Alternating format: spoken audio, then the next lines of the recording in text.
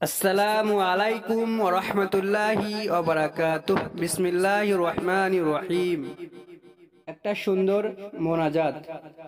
ইয়া আল্লাহ, আমি জানি না অতীতে কতটা পাপ করেছি, কত ভুল করেছি, জেনে না জেনে কত মানুষকে কষ্ট দিয়েছি, কত ওয়াক্ত নামাজ কাজা করেছি, কার কার নামে গীবত করেছি, কার কার নামে সমালোচনা করেছি, কত কি দেখে হিংসা করেছি।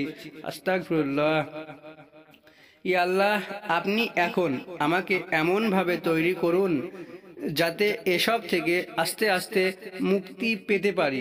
আমাকে আলোর পথ দেখান, আমার মনে ইসলামের প্রেম বাড়িয়ে দিন, আমার মনে আল্লাহ ও তার রসুলের প্রতি ভালোবাসা এনে দিন, ইসলামকে জানার ইচ্ছা বাড়িয়ে দিন। ইয়া আল্লাহ, কোনো বিপদ আসার আগেই আমাকে তা থেকে রক্ষা করুন, আমাকে বদনজর থেকে রক্ষা করুন, আমাকে পাপ থেকে দূরে থাকার তৌফিক দান করুন।